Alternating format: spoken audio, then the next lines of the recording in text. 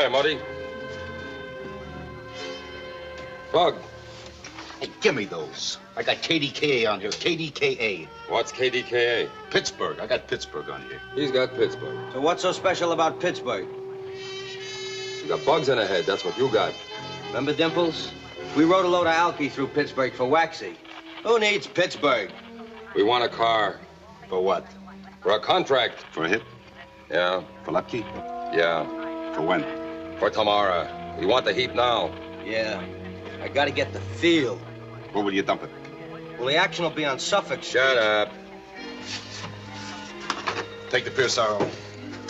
I'll make it out to Arnold Bloomfield, traveling salesman. From Pittsburgh. That'll be 5 clams a day, a C-note right now. You sign there. You sign there.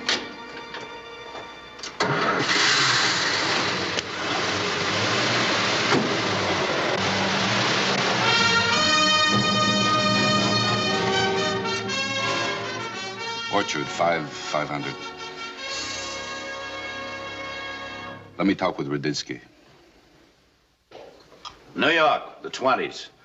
That strange and nightmarish time when the mobs left their prints on the guns, the victims, the times, and even on the language. Yes, they left their prints on the victims, the times, and perverted the language. Well, most of these mob characters were somewhat lacking in imagination, so they stayed pretty close to formula. Formula, execute the contract. The deal for a murder. Hit, the contract has been fulfilled. Participants, fingerman, cases, wheelman, triggerman, and always the hot car. Sometimes the hot car was stolen, but more often it was rented from an agency and then dumped after the hit. Muddy Kassoff ran a small car rental agency on Houston Street. He cooperated with the mobs through fear. We knew it. He also cooperated with us. Muddy would never say much on the phone, just meet, usual place. That meant Schmolke's Palm Garden Restaurant. My name is Barney Raditsky, Gangster Squad, Police Department, City of New York. My partner was supposed to meet me at Schmolke's at 7 that night. Muddy didn't show. Been here a half hour. I was held up on the Oswald squeal. Oh. Wrap it up? Yeah, admission. Said he'd be here 7 o'clock. He give you an idea of the rumble? Said might be some action tomorrow on Suffolk Street.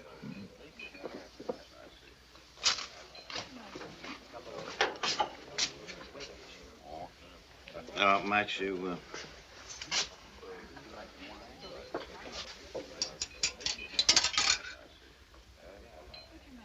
Orchard, 6616. Please.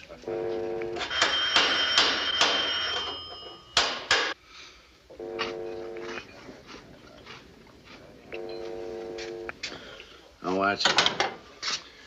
Well, let's go.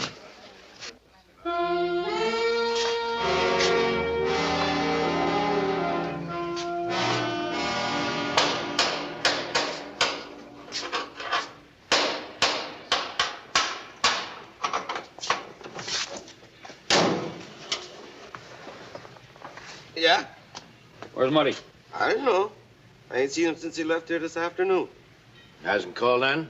He ain't called in. Any car rentals go out today? I don't know, not since I came in on 4 o'clock. You see Muddy leave? Around 5. Anybody with him? Nope, he just took off. What's the matter, huh? What's the matter? Take it easy, Buster. Take it easy. Dummy up.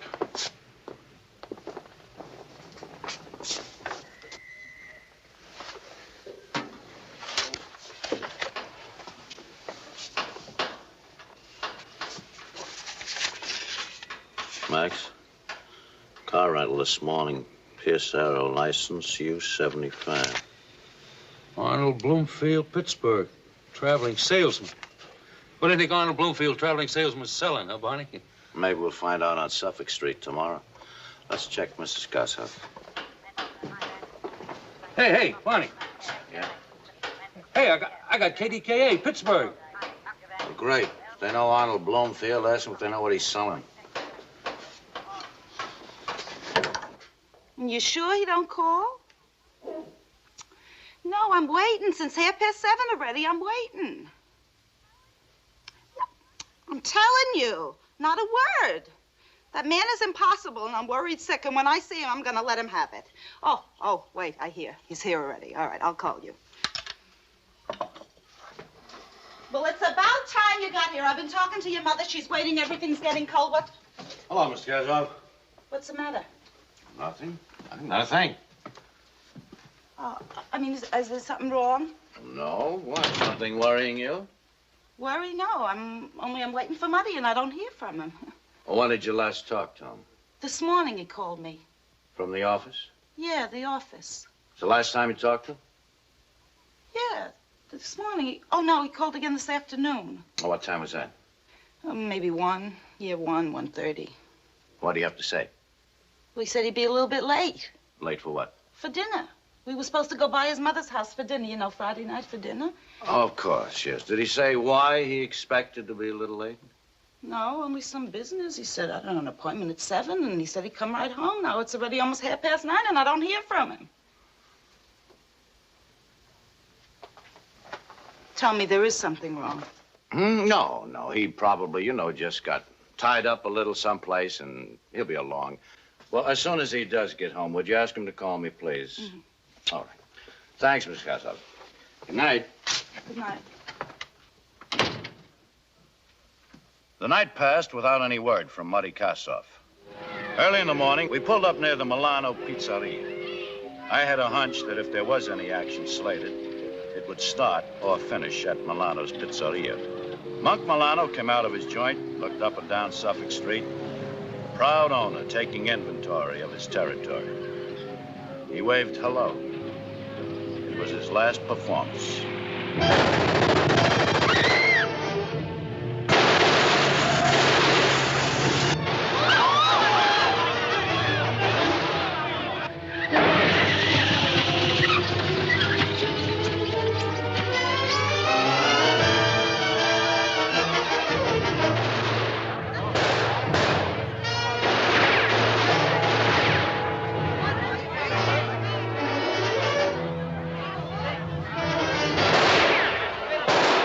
Discretion is the better part of valor.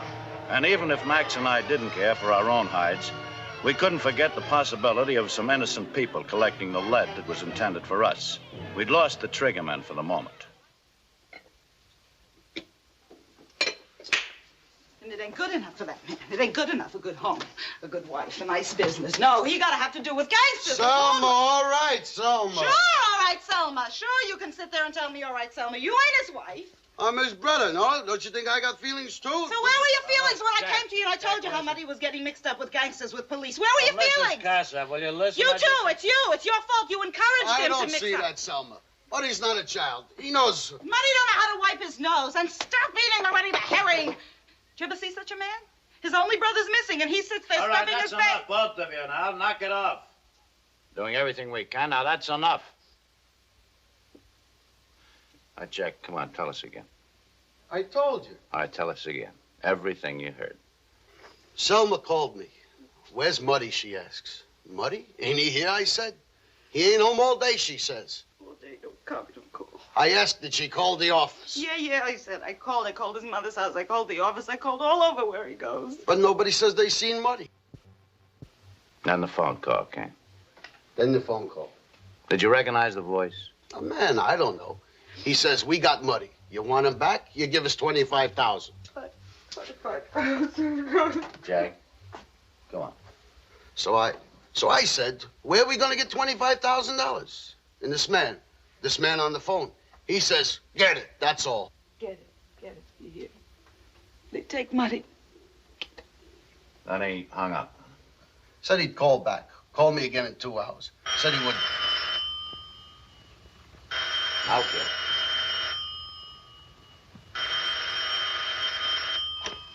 Hello?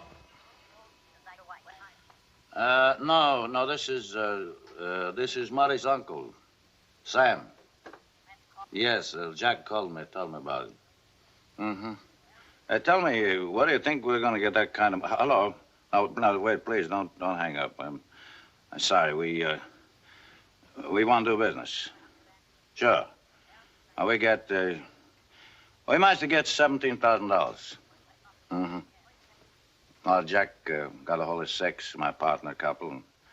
I know you don't care where we got it. But the point is that, oh, you do? Eh? Sure, anything you say. Right, exactly. Uh-huh. Yeah, I got it. Right, hello, thank you, hello. Hello? They'll settle for the 17,000. But who are we going to Geez, I didn't make the voice, but I'll bet it's one of those trigger men that did the job on Milano this morning. You want to make contact, huh? Yeah, put the money in a paper bag, give it to a cabbie.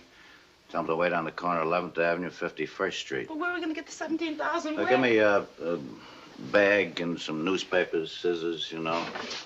Max, get over to Moishy's, borrow a cab, get yourself a hack badge, come right back here. You'll drive the cab. That's right. Scissors. All right, scissors. We'll cut this into money size, you know? I'm coming again! He's eating! I'm eating early because I'm nervous.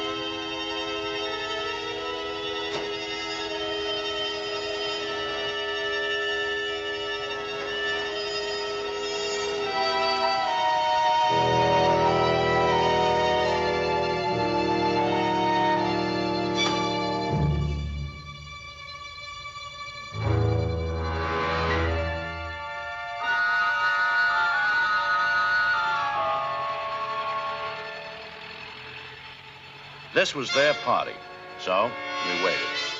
Northwest corner, 51st Street and 11th Avenue. I wouldn't have bought Muddy's life for 8 cents. But we might get a chance to grab the trigger men. Max was an impatient hacky. But then again, I wasn't exactly relaxed myself. No definite approach was made. We gave it almost an hour and a half.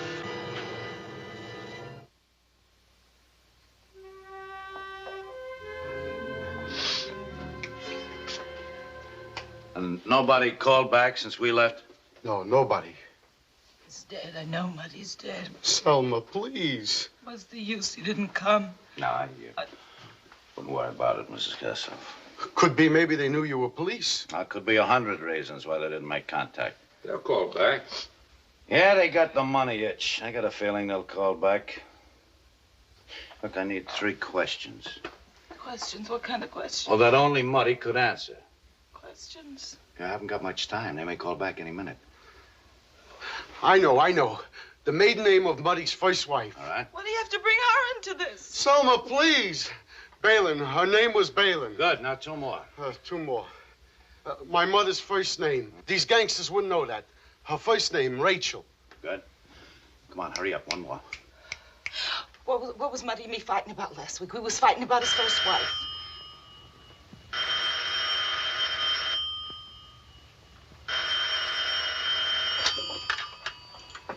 Hello. Yeah, this Sam again. What? No, I swear. No, there's no police there. We don't want the police. No, we just want to get Marty back again. Listen, don't you understand? Well, I got a little more money, $3,700. Yes, I'll put it with the 17,000. Yeah, well, I'll give you a note for the rest, every cent. Sure, but as a little favor, maybe you could bring Muddy to the telephone. I'll say hello to him, and if you... What? Oh. Yeah, I understand. Well, so suppose I give you a couple of questions. You ask Muddy the answers, and then you come back, call me right here, give me the answers, huh? Yeah, then I send the money right away. First, what was Muddy's first wife's maiden name?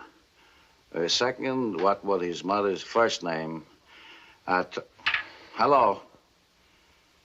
Hello?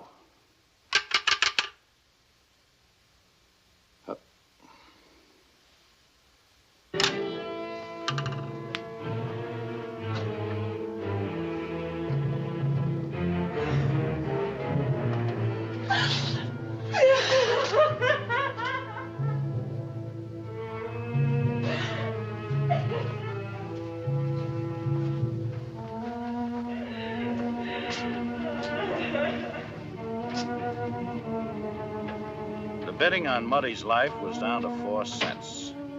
A couple of days later, Muddy's body was found. It had been delivered to a graveyard, but they hadn't taken the trouble to bury it. They draped him across the tombstone like he was a pigeon. They got their message across. We ran the investigation from the Monk Milano end. If we could put the arm on the triggers who cut Milano down, we'd have the killers of Muddy Kossoff. A week went by, no development. And we began to feel the case falling apart in our hands.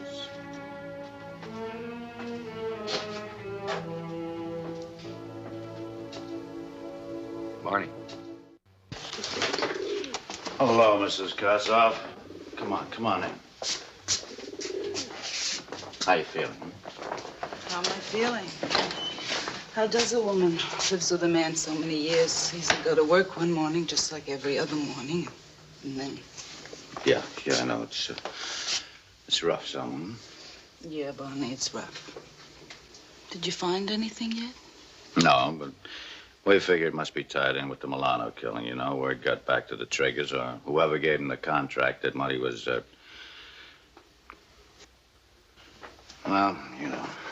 Yeah, I know. But the money, I mean, it was like a kidnapping.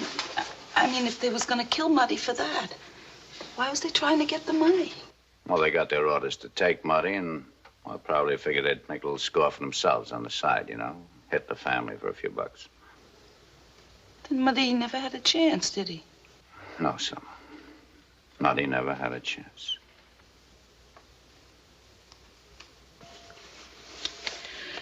Well, listen, they sent over to the house from the morgue. They sent over to the house Muddy's clothes. It was terrible. It was Muddy's vest. Barney, you remember how Muddy used to smoke all day and all night, one after another, like a chimney, those cigars? Yeah, what about him? Well, they was called El Flora. He would only smoke El Flora, remember? Yeah. Well, when I went through the pockets in the vest, I found cigar bands.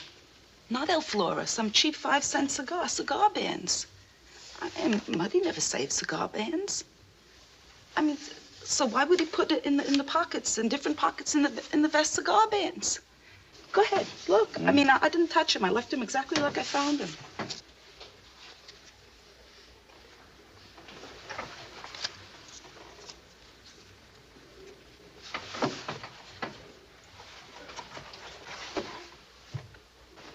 Two, 1, 3, 2.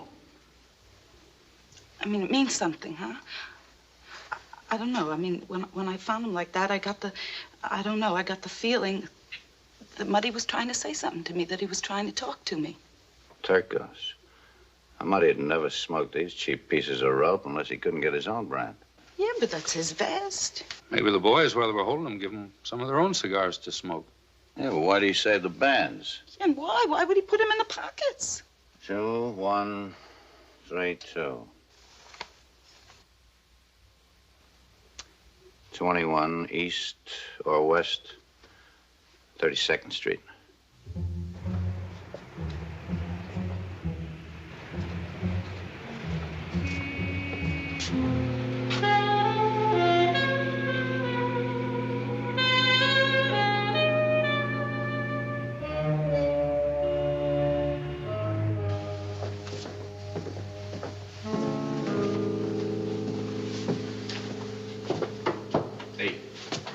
Lonnie Ruditsky. Yes, sir. Who had the duty here on Friday? That was the 14th. Me. I was on duty. You sure? Well, sure, I'm sure. I'm always on duty, 7 days a week. Do you know what they pay me in this Yeah, place? look, let me see the register for the 14th.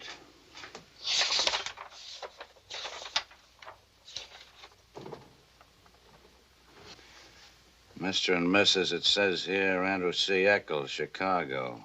Yes, sir. Thomas Kelly, Newark. Mary Kamen, Baltimore. Tom and Jerry Rose, Pittsburgh. Yeah, they said they was brothers. Pittsburgh. Weren't we talking about him? We say something about Pittsburgh? Pittsburgh. Yeah, wasn't it, Tom? Oh, yeah, that time in Marty's office. I was fooling his radio, KDK Pittsburgh. That's right, the Pierce Arrow. Arnold Bloomfield, Pittsburgh. A traveling salesman. Sure. You remember these two guys, Tom and Jerry Rose? Yeah, I remember. They have a visitor? Yeah, a drunk. They registered, went out, and came back with a drunk dragon between them. Took him upstairs? Yeah, for all night. Next day, the guy is still loaded when they take him out. Did you recognize these two guys if you saw them again? Sure, I got a wonderful memory for faces. One guy was a blonde, and he had sort of... never mind. What time you get off duty? 3 o'clock. All right, when your relief gets here, come on down to headquarters, 240 Center Street. What for? Look at some pictures.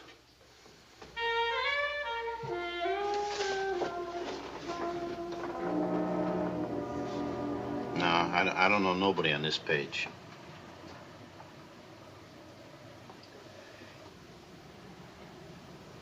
No. No.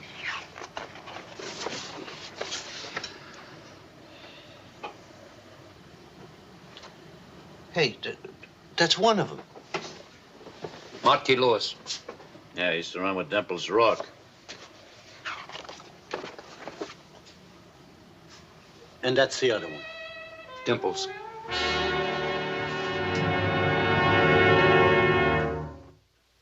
Montgomery Lewis and Dimples Rock, freelance triggers for hire. Extremely dangerous. The kind of hoods police bulletins refer to when they read, use caution when approaching. We ran a check on them through the Bureau of Criminal Information. Got Rourke's last known address.